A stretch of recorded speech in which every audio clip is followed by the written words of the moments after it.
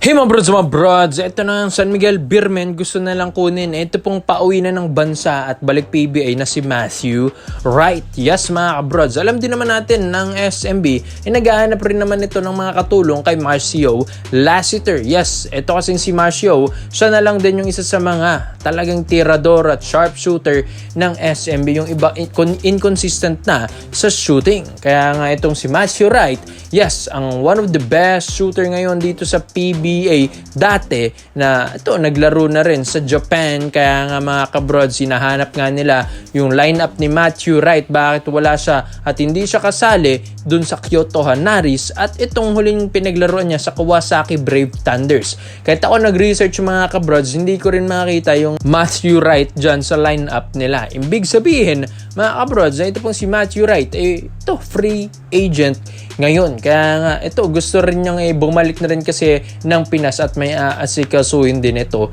dito. At gusto rin niyang maglaro ulit sa PBA. Kaya ang dami tayong mga reports and rumors na nag-aagawan yung mga ibang kupunan kay Matthew Wright. Lalong-lalo na ang Ginebra.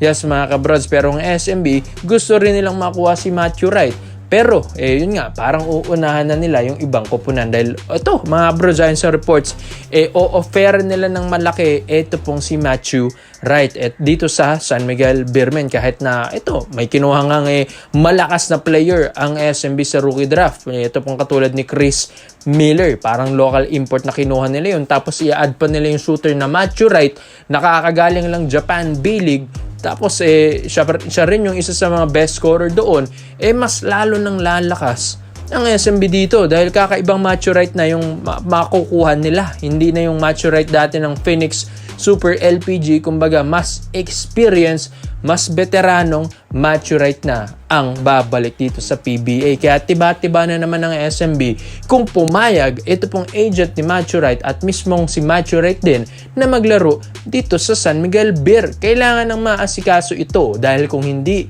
maasikaso ng maayos mga bros ng maaga, ito pong si Matthew Wright hindi ito makakalaro ngayong taon. Yes, kailangan din kasi niya ng liga. Siyempre para naman din kumita mga kabrods kahit malaki yung kinikita nyo sa Japan. Kapag hindi ka naman mabigyan ng kontrata doon, tenga ka na naman sa iyong career. Kaya ito, hindi nga siya na-offeran ng kahit anong kupunan sa Japan. Kaya ito, babalik at babalik pa rin yan sa PBA. Kaya ang SMB ay nakaabang sa kanya at pinag-iisipan din naman ng SMB ito. Well, siguro nga kung ako ang manager ng SMB at isa sa mga nagmamando sa management, kukunin ko agad-agad yan si Matthew Wright dahil kahit anong kupunan babagay talaga ang isang shooting guard.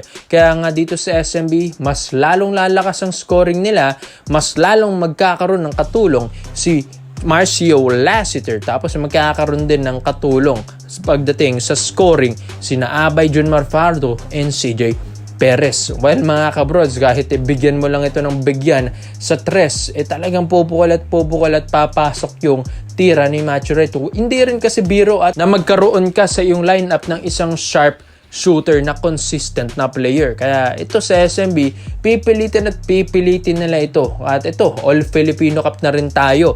Mga kabrods, malapit na rin magsimula ang ating Philippine Cup 2025 ulit. Kaya ang SMB gustong ulit makakuha yung kampyonato na ito para back-to-back naman daw na naman. Kaya nga ito pong si Matthew Wright, malaking additional ito para sa SMB. And ito, shooting guard pa. Kaya nga alam din naman nila kung ano yung maitutulong ni Matthew Wright. Kaya komento mo na opinion mo dito mga brods, Matthew Wright to San Miguel Beermen.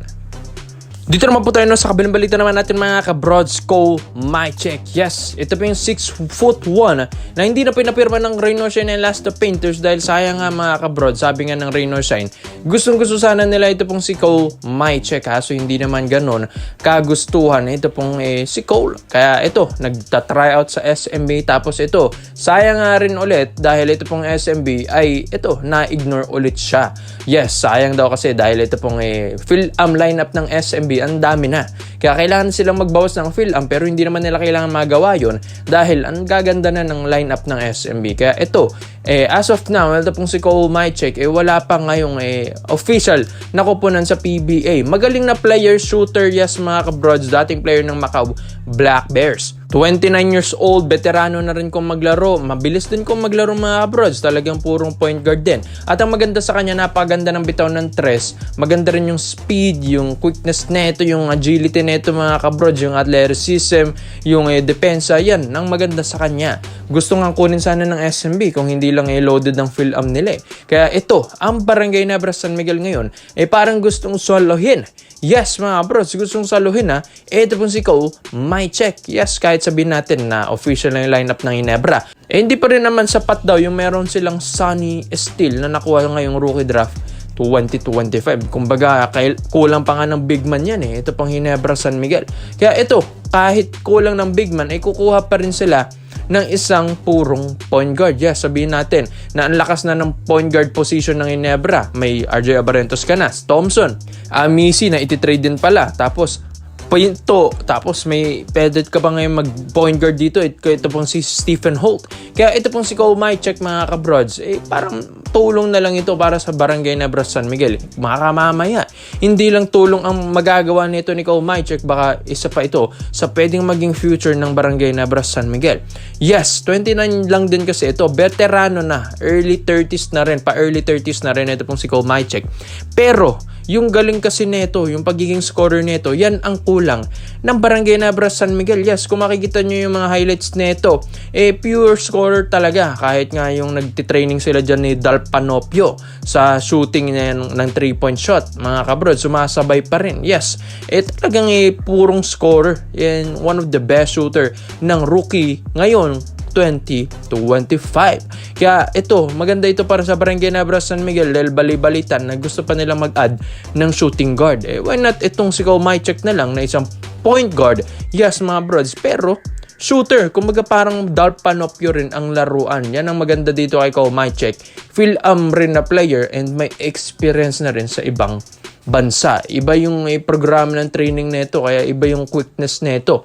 Parang malaking tulong nga rin daw ito sa Barangay Nebras San Miguel kung sakali. Pero pag-iisipan din ito ng Ginebra, baka matulad din sila sa SMB na loaded na yung Phil-Am lineup nila. Pero malalaman mga kabrods, at ito, may mga reports and rumors na gusto nilang imbitahan ito pong si Cole Mychek dito sa mga tune-up games ng Ginebra or sa mga ensayo ng Barangay Nebras San Miguel, sa mga scrimmages nila.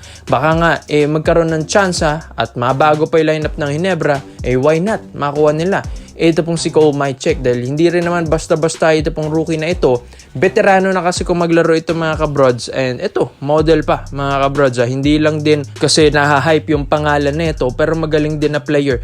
Ito pong Phil-Am 6'1" point guard na ito. Kaya ikaw mga bro, sa tingin nyo ba sa lahat po ng mga Barangay Nebra fans, dapat bang kunin ng Ginebra ito pong si Cole Mychek, knowing na ang Ginebra naghahanap ngayon ng mga shooting guards at big man, why not give it a shot dito kay Cole Mychek? Kaya komento mo lang po nyo dito mga brods at isa-isa natin yung salamat po sa panonood mga brods. This is Gangs Basketball. Yun lang. I'm out.